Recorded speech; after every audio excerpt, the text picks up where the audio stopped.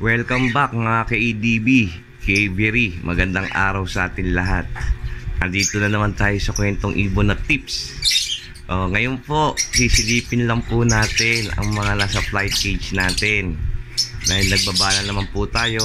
At tingnan natin kung gaano na sila karami. Ayan po ang gagawin po natin ngayong araw na to. Kaya panoodin nyo. Okay guys, ito na ho. Nagbaba na po tayo ng mga inakay. Ngayon po, nasa fly cage na po sila ngayon. May bilang po yata to ng 13 hanggang 14 na piraso. Ayan, mga binabala ho natin yan. Ayan po sila. Ngayon po may mga nakita po rito mga personata yan, gaya niya no. Yang Ewing, Bayo, personata, meron din mga opa. Ayan, puti-puti ang ulo kung makikita nyo. Ayan no. Diba? Puting-puti ang ulo. Siyempre may mga ordinary din. Mga fisher, kaya nga tabi fisher, ordinary. May pied. Ayan no. Marami rin tayong ibinaba ngayong ibon. Ayan, tingnan pa po natin yung iba mutation para makita natin. Ito naman guys, may mga green opa, par blue.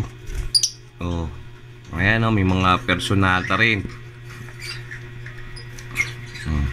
Ayan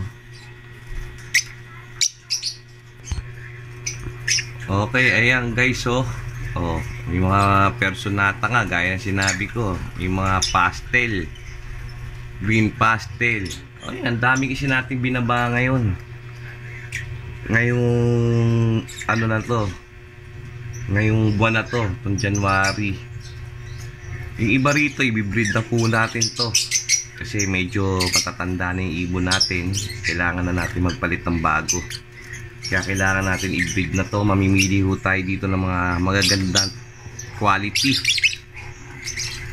Tapos papagulangin natin. Ayun, sila i-breed natin ngayon. Dahil matagal na tayong hindi nakakapag-breed sa sarili nating mga inakay. Lagi na bibili. Ngayon, ito gagawin natin yan. Papagulangin natin to, tapos tsaka natin ito i-breed, mga to. Pero silipin pa rin po natin yung mga kulay at mutation nitong mga bagong babang ibon na to. Ito guys, pinaka bagong baba ko. Hindi pa siya sanay talaga sa fly cage kasi mag-isa pa lang siya. Pero bayo, opa siya. Puti-puti ang ulo. Tingnan nyo naman. Labas sa tide, diba? Pakaganda. Pero batang bata to, kakababa to, huling ibinaba ko. Kumakain na naman siya, pero sana mabuhay siya, huwag siya mabuli ng mga kasama niya.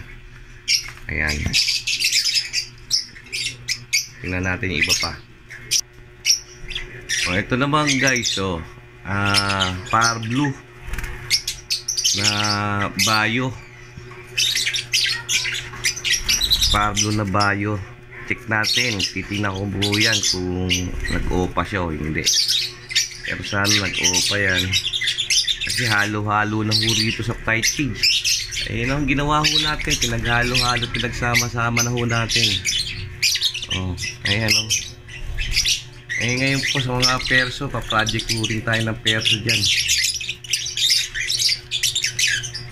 Yan, kaya yan natin. Sana may magbabait lalaki dyan. At marami pa rin tayo pababa guys. Meron pa tayo pababa rito sa mga nest box ng mga inakay. Hindi ko lang alam kung kailan ko ibababa.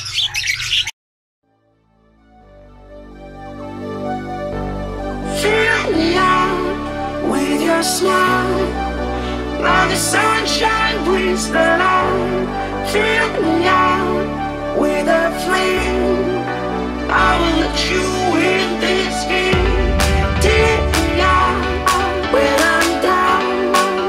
Just with you.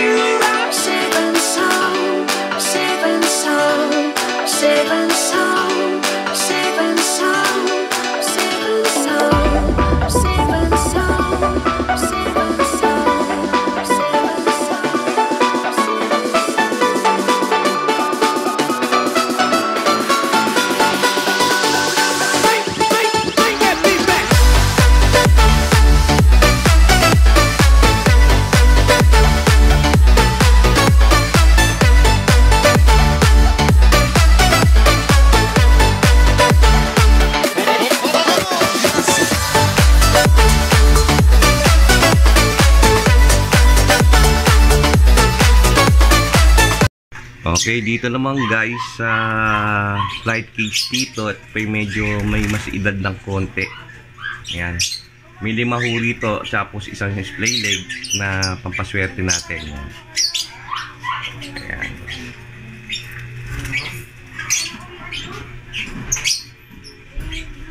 Ayan sila. Ito rin, isasama ko natin sa breed to. Mga opa. Kita-kita yung pagkaka-opa rito sa ano. Ito mo, yung kaliskis. Napansin yun talaga pag opa eh. Yung kaliskis. Ayan, yung kaliskis ng ibon. Sa flight feather niya, kitang-kita. Oh. Oh. Diba? Oh. Kaya alam mo talagang ope. Tapos dito rin meron din tayong pastel. Ayun oh. Yan. Pastel lang po yan. Ayan. Yan po yung mga ibibreed natin. Ito sa mga susunod na panahon. Sa mga susunod na buwan. Ito na po yung mga ibibreed natin bago. Kaya abangan ho nyo sa pag-breed po natin. Sana maging successful at mapaganda pa natin ang ating ibunan sa ating susunod na breed. Ayun po guys, pinalex ko lang po ang mga ibon ko dito sa flight cage. Ayun po, nakita na po natin lahat at i-breed po natin to sa mga susunod na panahon, sa susunod na buwan. Okay guys, dito na lang po muna tayo. Sana po guys, huwag niyo kakalimutan mag-like, share at subscribe. At pakipindot na rin ang notification bell at para lagi tayong updated sa mga susunod kong video. Maraming salamat po sa inyo at God bless.